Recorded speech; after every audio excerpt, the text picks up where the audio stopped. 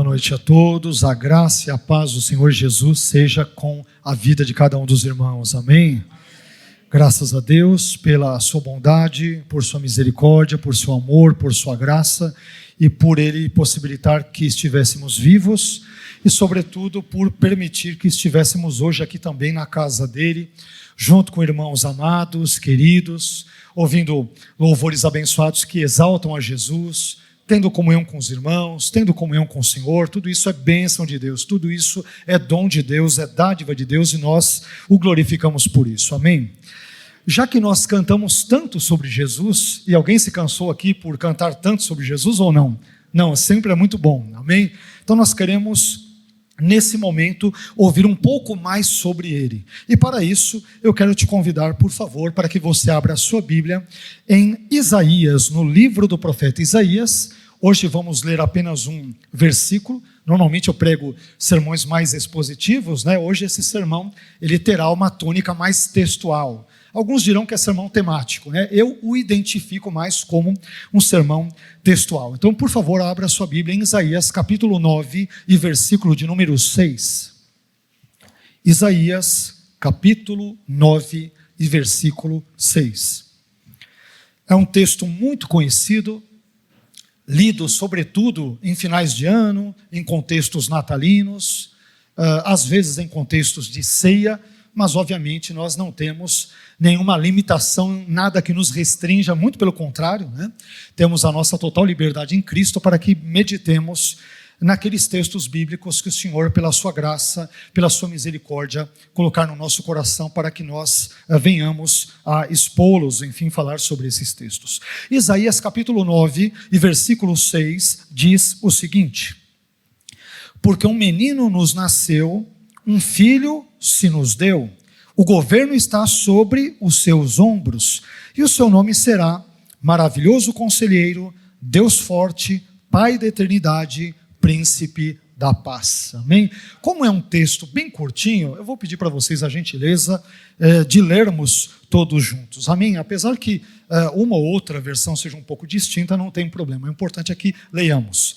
Diz assim a palavra do Senhor, de novo: porque um menino nos nasceu, um filho se nos deu, o governo está sobre os seus ombros, e o seu nome será Maravilhoso Conselheiro, Deus Forte, Pai da Eternidade, Príncipe da Paz. Amém? Então, nós queremos agora orar no nome desse Príncipe da Paz e pedir-lhe que venha falar conosco através desse texto. Pai, nós louvamos o seu nome, bendizemos o seu nome, te agradecemos pelo dia de hoje, que é um presente teu, é uma dádiva vinda das tuas mãos. Te glorificamos pelo privilégio que temos a cada domingo, e para aqueles que também podem, de semana às quartas-feiras, nos reunirmos aqui nesse lugar que o Senhor assim nos preparou.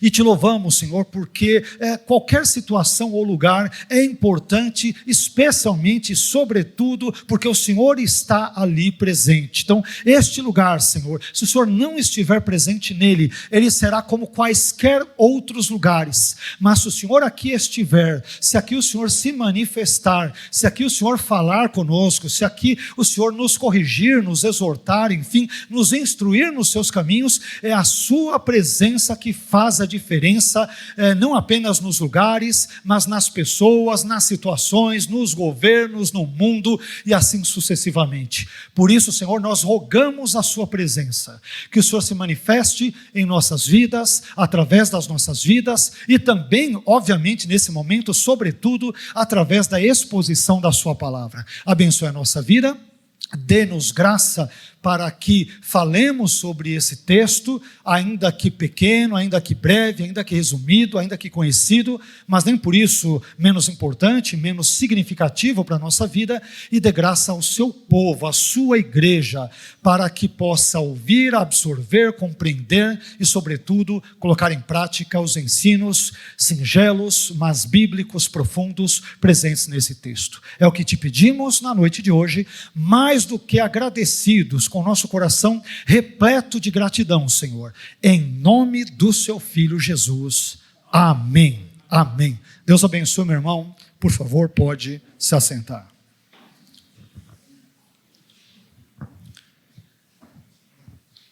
Esse texto de Isaías capítulo 9, versículo 6, que acabamos de ler, ele é classicamente, tradicionalmente conhecido pelos cristãos, e não apenas pelos cristãos, não exclusivamente pelos cristãos, um dos textos messiânicos, ou seja, um dos textos que falam sobre a pessoa e obras do Messias, Messias este que nós cristãos particularmente identificamos como o Senhor Jesus. E esse texto, meus irmãos, que foi escrito aproximadamente durante o 8º século, ou talvez meados do 8º século antes de Cristo, em que pese seja um texto antigo, em que pese seja um texto que tenha pelo menos cerca de 2.740, 2.750, quase 2.800 anos, em que pese a sua antiguidade, não é um texto obsoleto, não é um texto ultrapassado, muito pelo contrário, é um texto que, por meio do qual Deus continua a falar conosco, com seus filhos, com as suas filhas, seus servos, suas servas, com a sua igreja de todos os tempos, de todas as épocas, de todos os contextos e assim sucessivamente.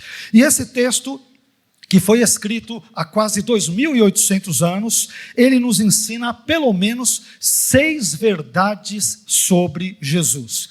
E é sobre estas 6 verdades que nós falaremos, ou pelo menos pretendemos falar na noite de hoje, com a graça de Deus, com a instrução e orientação do Espírito Santo. Indo direto aos assuntos, às verdades, a estas 6 verdades encontradas nesse texto, vistas nesse texto aqui, vislumbradas nesse texto, eu gostaria de dizer para os irmãos, em primeiro lugar, que Isaías 9,6 nos fala, a primeira verdade aqui presente é que Isaías 9,6 nos fala sobre a humanidade de Jesus. Isaías 9,6 nos fala sobre a humanidade de Jesus. Isaías 9,6 parte A diz: porque um menino nos nasceu, um filho se nos deu. É interessante que nos primeiros séculos da era cristã surgiu uma heresia chamada docetismo, que tem esse nome porque deriva do grego dokel, que significa aparecer, e essa doutrina herética é uma heresia. Ela negava, por exemplo, que Jesus tivesse um corpo físico, um corpo tangível, um corpo material, mas acabava ensinando, por outro lado, que Jesus era meramente um ser espiritual. Ele parecia ser gente, parecia ser humano, parecia ser um homem de fato, mas na verdade não era. Em outras palavras, Jesus parecia ser um ser humano, mas na verdade ele não era humano. Era simplesmente um ser espiritual, um ser abstrato, um ser incorpóreo, um ser etéreo, um ser intangível e assim sucessivamente. Porém, quando nós lemos o Novo Testamento, nós descobrimos que Jesus, e isto é sobejamente conhecido por todo e qualquer cristão que tenha lido uma vez sequer o Novo Testamento, percebeu uma das verdades mais singelas, mais óbvias, mais claras, mais cristalinas do Novo Testamento, diz respeito ao fato de Jesus ser evidentemente ser humano. E como ser humano que era, Jesus, por exemplo, ele teve fome, ele teve sede, ele teve sono, ele teve emoções, como por exemplo, ele chorou, ele se alegrou, ele se indignou e assim por diante. E sobretudo ele foi crucificado numa cruz. O seu corpo foi levado a um túmulo. Isso não é feito com seres abstratos, com espíritos, com ectoplasmas, com seres etéreos, mas com pessoas de carne e osso, como eu e você, por exemplo. Aliás, me permitam citar dentre tantos e tantos e tantos outros textos bíblicos que poderíamos alistar aqui na noite de hoje, me permitam citar pelo menos 3 textos bíblicos clássicos, dentre outros que vão aí nessa direção, vão comprovar essa verdade acerca da humanidade de Jesus, da sua fisicalidade, ou seja, no fato de o verbo ter se feito homem, ter habitado entre nós. Aliás, o primeiro texto é justamente João capítulo 1 e versículo 14, onde João diz que o verbo se fez carne e habitou entre nós, e nós vimos a sua glória como a glória do unigênito do Pai, cheio de graça e de verdade. Então João, de forma muito categórica, de forma muito clara, de forma mais do que conhecida por todos nós, vai dizer que o verbo, o logos, a palavra, se fez carne, se materializou, encarnou, assumiu a forma humana, obviamente a exceção do pecado, de modo que o docetismo está errado, e o Jesus retratado nesse texto, o Messias retratado nesse texto, por exemplo, de Isaías 9,6, foi uma pessoa verdadeiramente humana. Mas além de João, o apóstolo Paulo, em 1 Timóteo 2,5, também de forma muito contundente, Paulo ele escancarou a humanidade de Jesus, por exemplo, quando disse: porque há um só Deus e um só mediador entre Deus e os homens, Jesus Cristo, homem. Então aqui Paulo está falando totalmente contra o docetismo. Ele não parecia ser humano, ele era ser humano, ele não tinha feições, ele não apenas tinha ali uma enganação, uma névoa que lembrava um homem, mas não era um homem, ele era humano, conforme João e conforme, por exemplo, o apóstolo Paulo. Mas para não ficarmos apenas nesses dois testemunhos bíblicos, gostaríamos ainda de acrescentar um último exemplo, envolvendo o autor da epístola aos Hebreus, que também realçará essa humanidade de Jesus, ao escrever o seguinte em Hebreus, no capítulo 4 e versículo 15. Porque não temos um sumo sacerdote que não possa compadecer-se das nossas fraquezas, porém um que, como nós, semelhante a nós, em tudo foi tentado, mas sem pecado.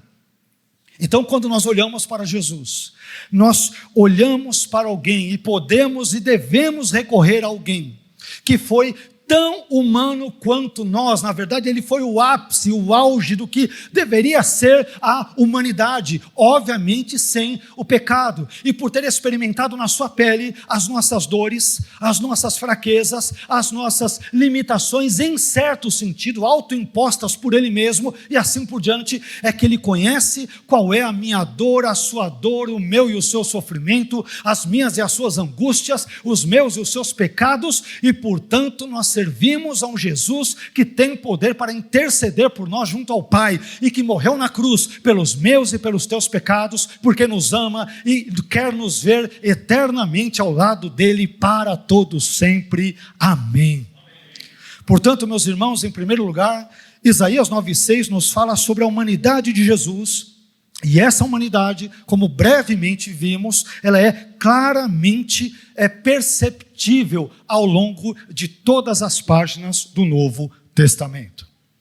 Mas isso permite-nos avançar um pouco mais e entendermos, em segundo lugar, uma segunda verdade sobre Jesus, que é a seguinte: Isaías 9,6 nos fala sobre o domínio exercido por Jesus. Isaías 9,6 fala sobre o domínio exercido por Jesus. Aliás, cantamos sobre isso agora há pouco, não é isso, Elbi? Falamos tanto do reino dele, lemos textos bíblicos a esse respeito, cantamos sobre isso, e mais uma vez não combinamos nada, né, Elbi? Deus é bom, o Espírito Santo, ele conhece todas as coisas. Mas Isaías 9,6 nos fala sobre o domínio exercido por Jesus. Veja o que diz Isaías 9, versículo 6, parte B. O governo está sobre os seus ombros. Que texto lindo, né? O governo está sobre os ombros de Jesus. Isso aqui é muito interessante. Quando eu leio isso, e obviamente aqui no Ocidente, nós, querendo ou não, nós somos contaminados ou influenciados, eu diria, por toda a cosmovisão greco-romana, ocidental, que permeia a nossa sociedade. Mas quando eu leio isso, eu lembro de Atlas, aquele personagem ali da mitologia grega, ao qual nos referimos cultos atrás, que por uma punição que Zeus traz contra ele, ele é incumbido de levar o mundo nas suas costas, né? Então, só que na verdade nós sabemos que quem carrega o mundo nas costas, quem leva o governo de todo o universo, de todas as coisas, sobre si mesmo, não é Atlas, mas é o Senhor Jesus Cristo, e ele tem o seu domínio, o seu governo, a sua supremacia, a sua administração, a sua presidência sobre todo o universo criado por ele mesmo. Por ele mesmo. Então, Jesus retratado nesse trecho, desse versículo que lemos, de Isaías 9,6, percebamos que esse Jesus, ele não é governado, mas é ele quem governa, ele é o governante. Ele não é administrado, mas ele é o administrador. Ele não é presidido, muito pelo contrário, é ele quem preside, e ele também não é comandado, mas é ele quem comanda. O governo está sobre os seus ombros, e é ele quem governa sobre os céus, sobre a terra, e também, por que não dizer, sobre a minha vida, e igualmente sobre a sua vida. E esse aspecto, meus irmãos, de Jesus como governante, ele é destacado pelo próprio Jesus. Por exemplo, quando Jesus está diante de Pilatos, ele diz o seguinte no texto muito interessante de João capítulo 18 e versículo 36, quando Jesus diz o seguinte para Pilatos: o meu reino não é deste mundo. Se o meu reino fosse deste mundo, lutariam os meus servos para que eu não fosse entregue nas mãos dos judeus, mas agora o meu reino não é daqui. Então Jesus admite que ele é rei, e portanto, se é rei, ele tem um governo, e Isaías vai dizer que o governo está sobre os ombros dele, ele é aquele que governa sobre todas as coisas. Governo este amplo, que descobriremos, por exemplo, à medida que avançamos a nossa leitura e estudo neotestamentário. Quer ver só? Um pouco mais adiante, um pouquinho depois de João, Paulo também vai chamar a nossa atenção para esse traço de Jesus como governante, como administrador, como um regente soberano de todas as coisas. Perceba que Paulo, em Efésios capítulo 1 e versículo 21, ele diz que Deus pôs o Jesus ressurreto, abre aspas, acima de todo principado e poder e potestade e domínio e de todo nome que se nomeia, não só neste século, mas também no século vindouro. Jesus está acima de todas as coisas. Todas as coisas. E não somente isso, meus irmãos, o autor da Epístola aos Hebreus, mais uma vez me permitam citá-lo, em Hebreus capítulo 1 e versículo 3, ele também diz que Jesus sustenta todas as coisas pela palavra do seu poder. Por quê? Porque ele tem o governo sobre os seus ombros, e ele governa sobre tudo e sobre todos. Em outras palavras, o Jesus retratado na Bíblia, ele governa o universo, ele governa a criação, ele governa os anjos, ele governa os demônios, ele governa os homens, sejam justos, sejam ímpios, e ele sustenta, enfim, todas as coisas, absolutamente todas as coisas, sem que uma delas fique de fora do seu governo. Isso é interessante porque envolve o que nós mencionamos em outros momentos, em outras pregações, em outras mensagens, quando falamos, e com uma certa frequência eu menciono esse tema aqui no púlpito, nas pregações, aquilo que envolve a chamada, por exemplo, providência divina, não é isso? A providência divina envolve aquele ato cuidador, supervisionador de Deus, quando ele dirige todas as coisas e as administra, a fim de que estas cumpram os seus desígnios no final da história. Só que o interessante e antibíblico, é importante colocar essa ressalva dessa questão, é que às vezes nós cristãos temos uma visão, uma perspectiva restrita, limitada, apequenada, e por que não dizer nada bíblica do que é a providência divina. Às vezes pensamos que Deus, na sua providência, ele cuida das galáxias, ele cuida das estrelas, ele cuida dos planetas, ele cuida do sol, da lua, ele cuida da natureza, dos animais e assim por diante, mas achamos que ele não cuida igualmente da minha vida e da sua vida.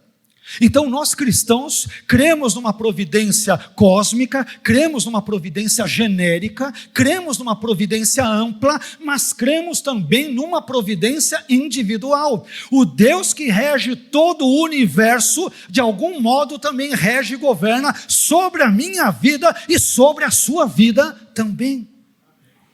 Veja que coisa interessante. Então Isaías 9,6 nos fala sobre esse domínio de Jesus que é exercido sobre todas as coisas, absolutamente sobre todas elas.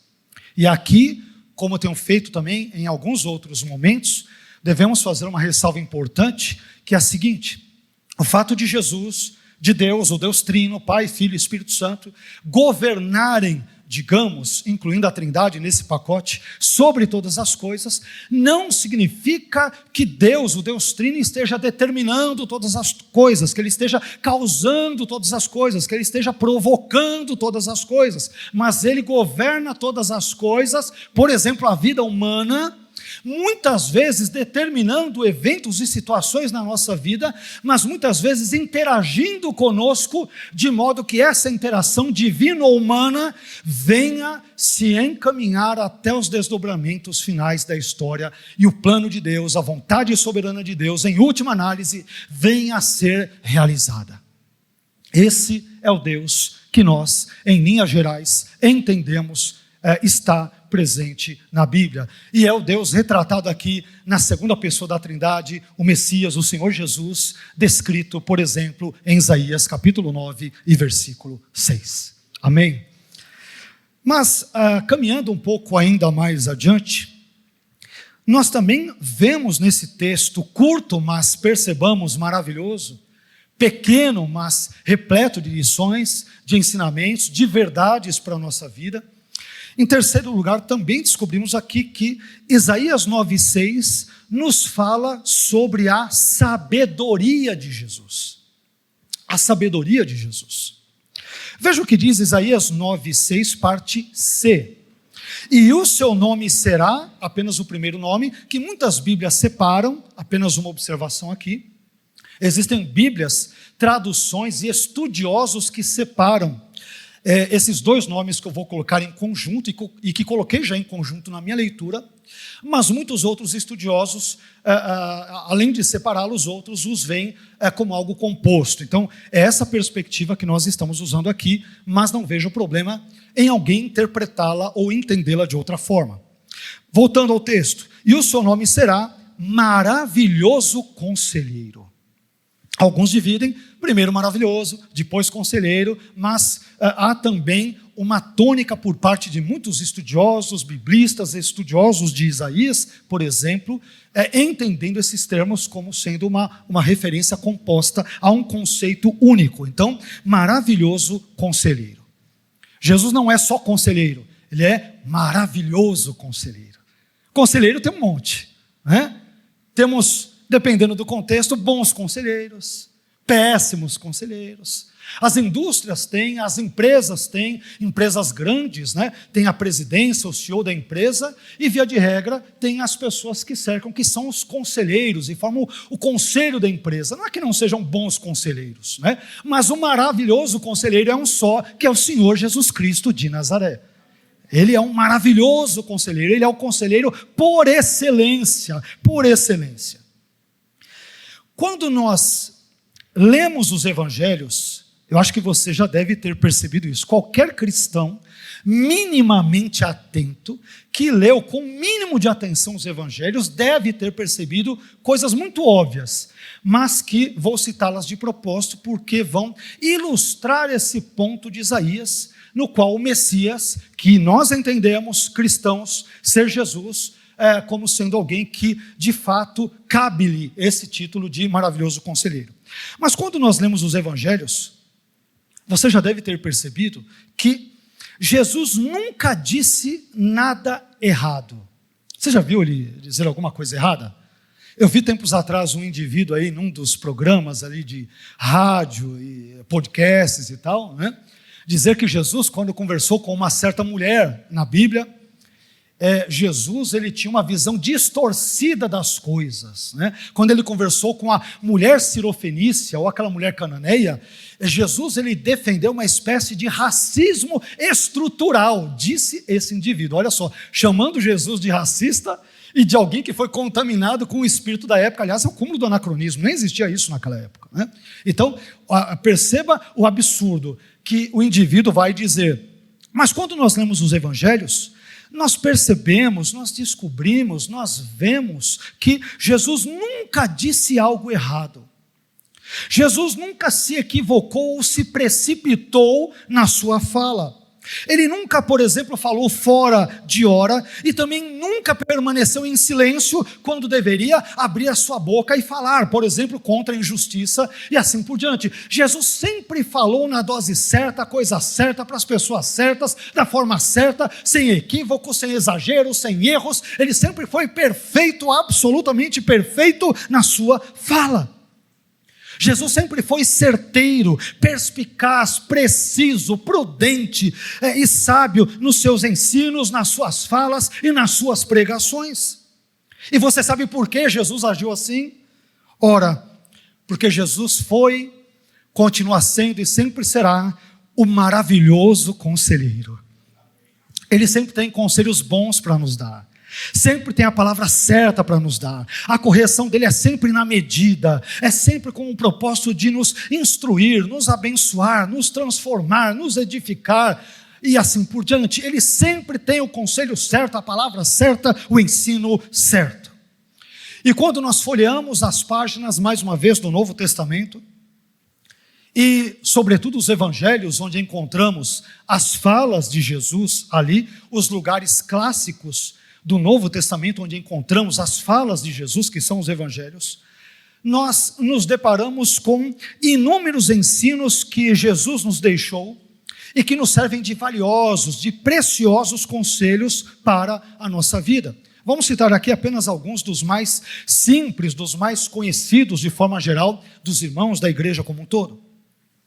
Jesus, por exemplo, em primeiro lugar, ele nos ensinou a amarmos a Deus acima de todas as coisas e também amarmos a nós mesmos, o nosso próximo, melhor dizendo, como a nós mesmos.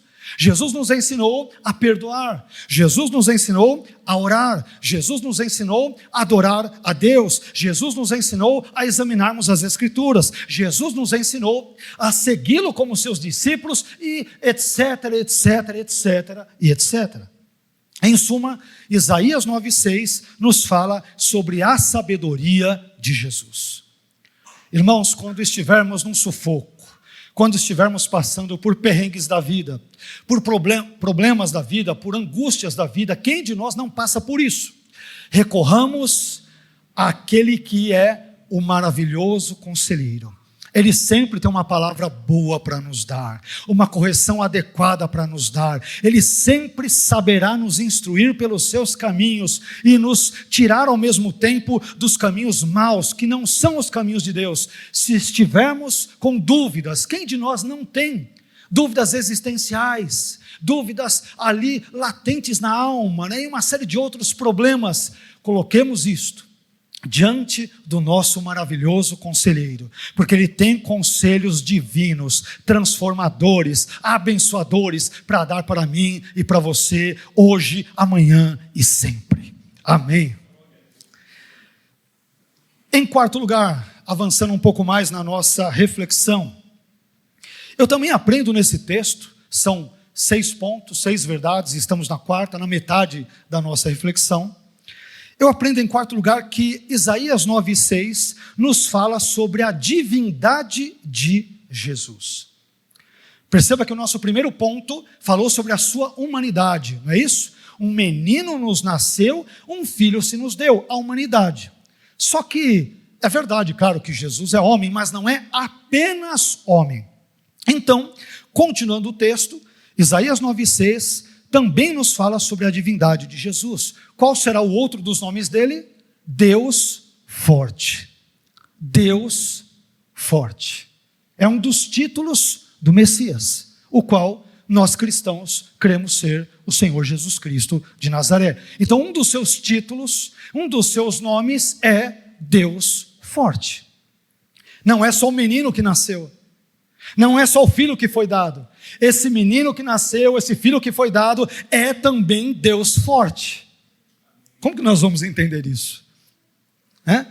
Aquele menino que chorou ali na manjedoura, na casa, que deve talvez, hipoteticamente falando, ter tirado o sono de José e de Maria tantas noites, aquele menino não era um serzinho indefeso, ele era, é e sempre será Deus forte. Deus forte. Isaías, como nós dissemos, meus irmãos, ele nos ensina que Jesus não foi apenas um menino e um filho, Ou seja, ele não foi apenas humano, ele também é Deus, mas não apenas Deus, ele é Deus forte. E como Deus que é, Jesus possui os mesmos atributos da divindade. Ele é, por exemplo, Criador, Ele é eterno, Ele é Salvador, Ele é Senhor, Ele é o princípio e o fim, e assim por diante. Os mesmos atributos do Pai, do Espírito, enfim, são conferidos também ao Filho. Aliás, mais uma vez me permitam dizer que existem vários textos bíblicos que nos ensinam, por exemplo, sobre a divindade de Jesus. E aí, vou citar apenas alguns poucos, mas bons exemplos nesse sentido. Mais uma vez, o Evangelho de João, ele afirmou que Jesus era Deus. Era, é e sempre será. O famoso João 1:1, João capítulo 1, versículo 1, diz que no princípio era o Verbo, e o Verbo estava com Deus, e o Verbo era Deus. E na sequência desse versículo, em João 1:3, João ainda declara que todas as coisas foram feitas por Ele, pelo Verbo que se fez carne, e sem Ele, isto é, sem Jesus, nada do que foi feito se fez, porque Ele é Deus, e um Deus que cria todas as coisas, céus e terra e tudo que neles há. Além disso, Tomé também admitiu que Jesus era Deus, a ironia das coisas, né? Aquele que se portou como e que recebeu o rótulo de incrédulo, foi justamente aquele que pronunciou uma das maiores declarações de fé sobre Jesus.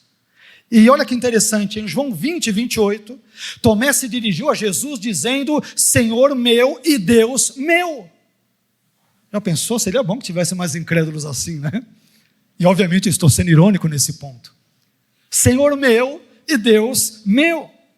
Por fim, a epístola de Colossenses ensinou igualmente a divindade de Jesus. Paulo, em Colossenses 2:9, ele diz o seguinte sobre Jesus: porque nele, isto é, em Jesus, habita corporalmente toda a plenitude da divindade. Toda a plenitude da divindade. Jesus não parecia ser Deus, Jesus não almejou ser Deus, Jesus não pensou de forma tresloucada ser Deus. Jesus era, é e sempre será Deus, sempre um com o Pai. Apesar de crermos no mistério da Trindade, existe um único Deus em essência, mas que subsiste e ou coexiste em três pessoas distintas, a saber, Pai, Filho e Espírito Santo.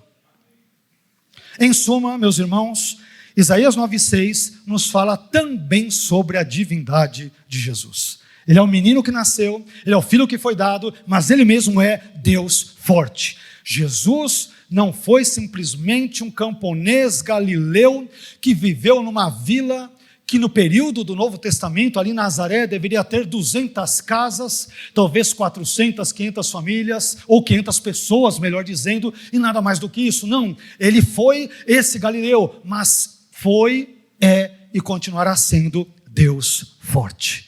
Deus forte. Amém. Isso nos possibilita caminharmos um pouco mais adiante e irmos para o nosso quinto e penúltimo ponto da nossa reflexão na noite de hoje. Em quinto lugar, Isaías 9:6 nos fala sobre a paternidade e a eternidade de Jesus. Duas outras coisas interessantes e até aparentemente estranhas nesse texto. Isaías 9:6 nos fala sobre a paternidade e sobre a eternidade de Jesus. Veja o que diz Isaías 9:6, parte E. Depois de ser chamado de Deus forte, ele também é chamado de Pai da eternidade, ou Pai eterno, né? Além de outras traduções propostas, mas essas duas talvez sejam as melhores, as mais tradicionais, convencionais e corretas. Pai da eternidade ou Pai eterno.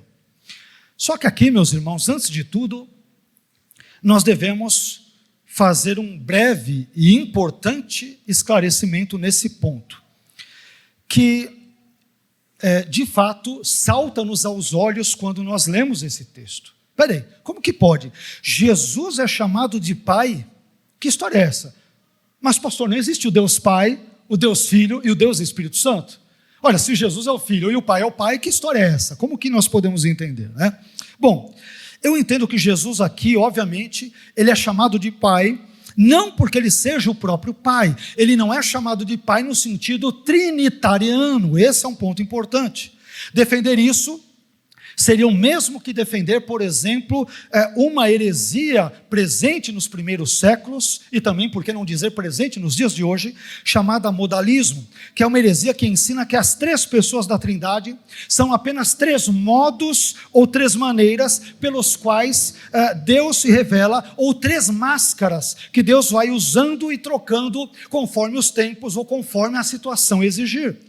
Então, segundo essa heresia do modalismo, Deus aparece às vezes no modo Pai, às vezes no modo Filho e às vezes no modo Espírito Santo. Mas não é nada disso que Isaías está ensinando aqui em Isaías 9:6. É importante sublinhar, ressaltar, destacar para vocês na noite de hoje.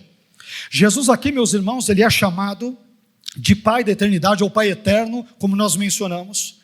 Não somente porque ele, Jesus, junto com o Pai e com o Espírito, ele é o Criador do tempo e da eternidade, mas também porque, a julgar pelo contexto desse versículo, e especialmente o versículo 7, o versículo seguinte, Isaías 9:7, Isaías parece-nos que está prenunciando a redenção de Israel, assim como, por exemplo, as obras e títulos do Messias, que haveria de vir e haveria de governar sobre a terra. E assim, ele inauguraria um reino de bênção e de paz que não teria e que não terá fim. Esse parece ser, de forma geral, o que o autor aqui do livro de Isaías quer dizer com essa expressão Pai eterno ou Pai da eternidade. Portanto, nesse sentido, Jesus é chamado aqui profeticamente, enquanto Messias profetizado por Isaías, é claro, como Pai da eternidade.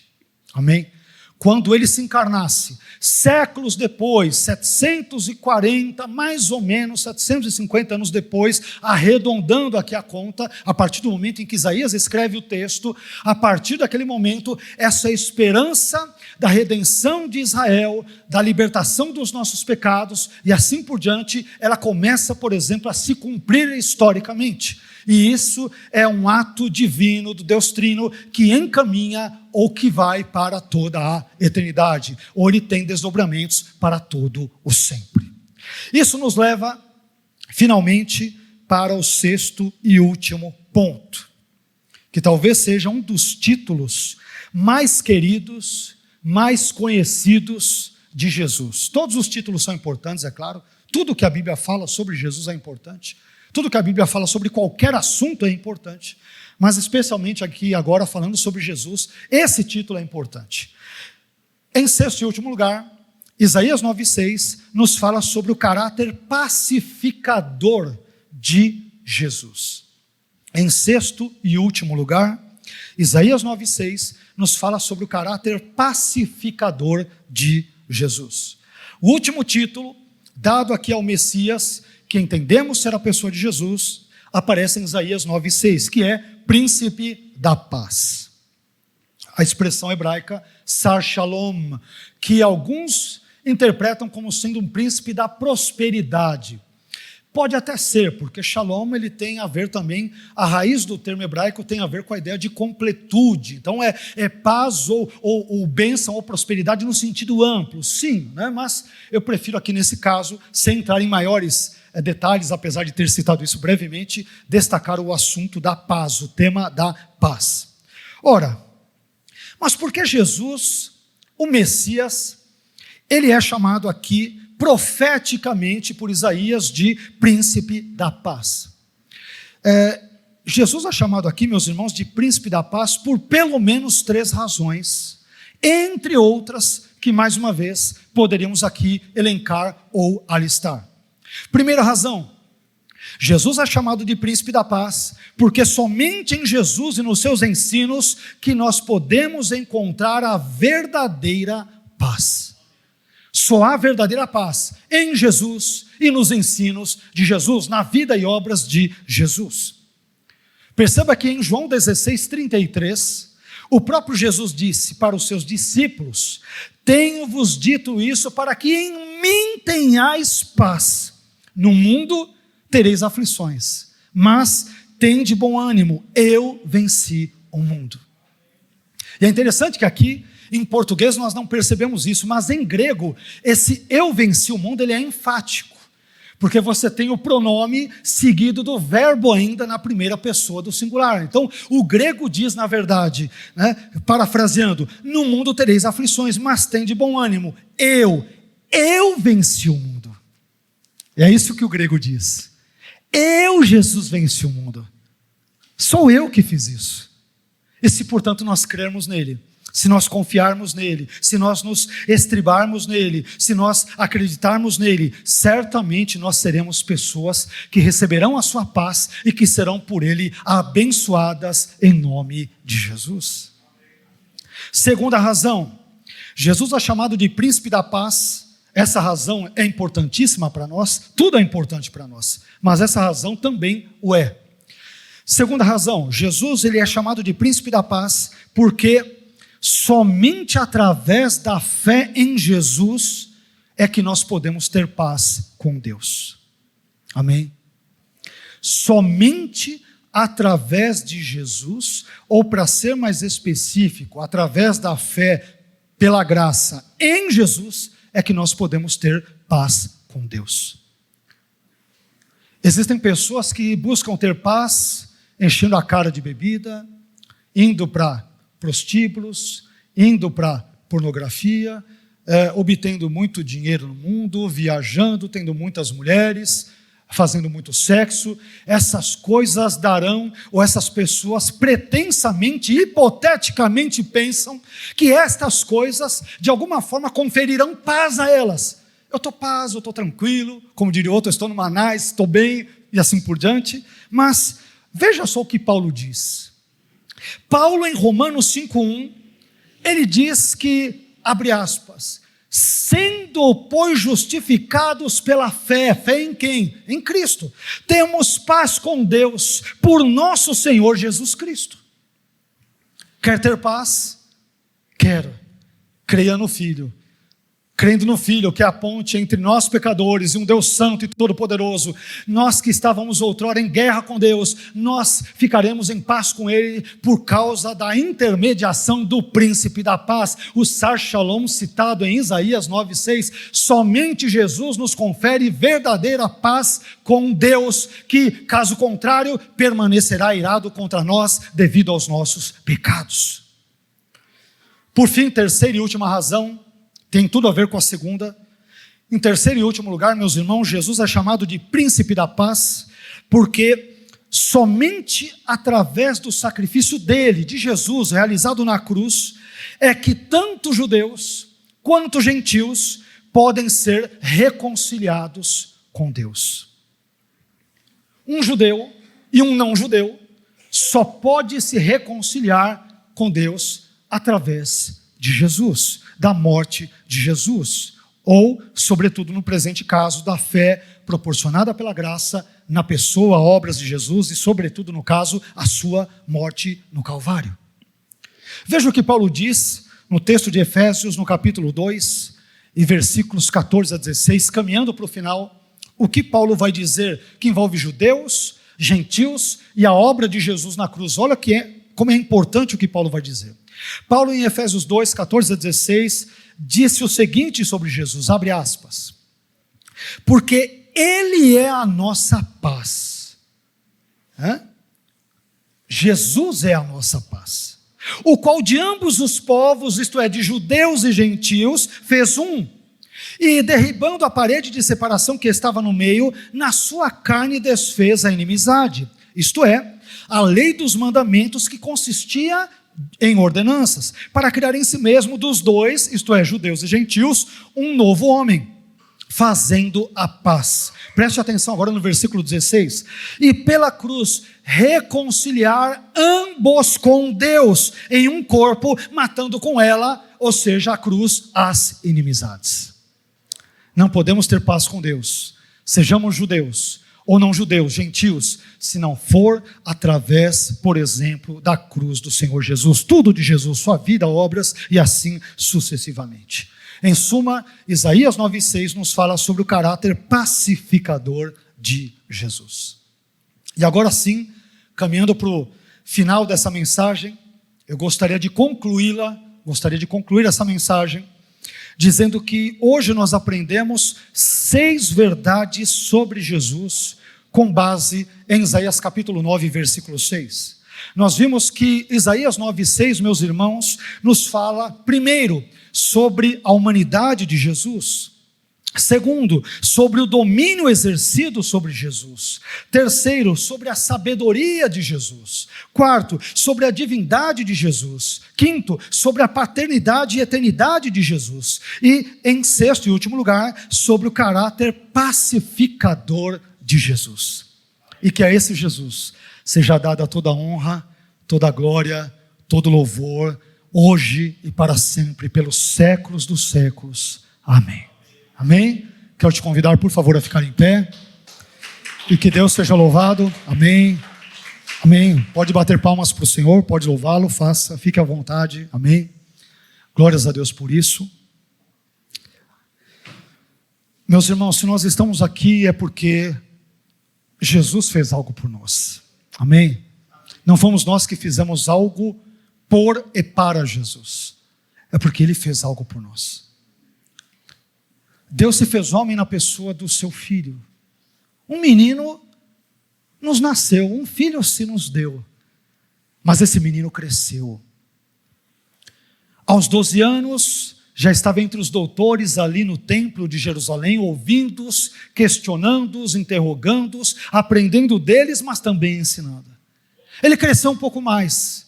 Por volta dos 30 anos, se submeteu às águas do batismo, não tendo nenhum pecado para confessar, mas o fez para cumprir toda a lei. Alguns anos depois, talvez 33 anos e meio, não temos como ter certeza, ele morre na cruz pelos meus e pelos teus pecados. Mas esse menino era muito mais, é e sempre será muito mais do que um menino. Ele é Deus forte, Ele é maravilhoso conselheiro, Ele é príncipe da paz. Ele é um Deus que está aqui nessa noite para abençoar a minha vida e a sua vida, para nos salvar, para nos restaurar, para nos transformar, para fazer na nossa vida aquilo que ninguém pode fazer. Jesus pode fazer. E nós o louvamos por isso. Amém? Não se esqueça de que o governo de todas as coisas está sobre os seus ombros. Ele governa sobre o céu, a terra, o mar, sobre as galáxias, sobre os sextilhões que dizem os cientistas de estrelas que existem no universo, mas Ele também governa sobre a minha vida e sobre a sua vida, sobre os meus e os seus afazeres. Ele governa sobre os meus e os seus negócios, sobre as minhas e as suas aspirações, sobre os meus e os teus sonhos. Ele governa sobre tudo e sobre todos. E Hebreus diz que Ele sustenta todas as coisas pela palavra do seu poder. Amém? E que nós nos encurvemos diante desse Senhor Jesus na noite de hoje.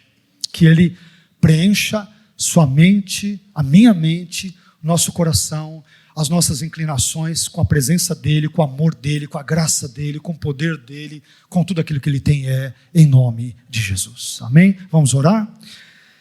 Senhor, eu quero te agradecer, Senhor.